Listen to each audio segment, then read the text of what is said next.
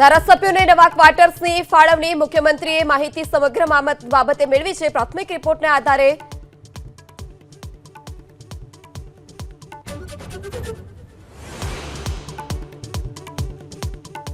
સિદ્ધપુરના મેળામાં બેદરકારી સામે આવી છે। ઢોર રોકવાની કોઈ વ્યવસ્થા ન હોવાથી મેળામાં ઢોરનું ઝુંડ ઘૂસી આવ્યું। સદનસીબે કોઈ જાનહાનિ નહીં।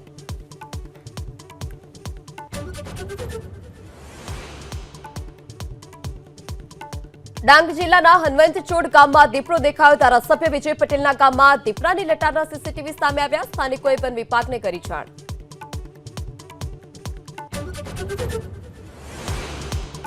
બનાસકાંઠાના વડગામના જવાનની રાજસ્થાનમાં હત્યા। ટ્રેનમાં ચાદર માંગવા બાબતે કોચ અટેન્ડન્ટે છરીથી હુમલો કર્યો।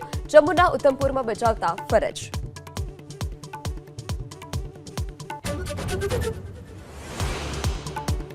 બિહારમાં ચૂંટણી પંચની મોટી કાર્યવાહી। 108 કરોડથી વધુની ગેરકાયદે રોકડ રકમ જપ્ત। 42 કરોડની કિંમતની 9.6 લાખ લીટર દારૂ પણ કર્યો જપ્ત।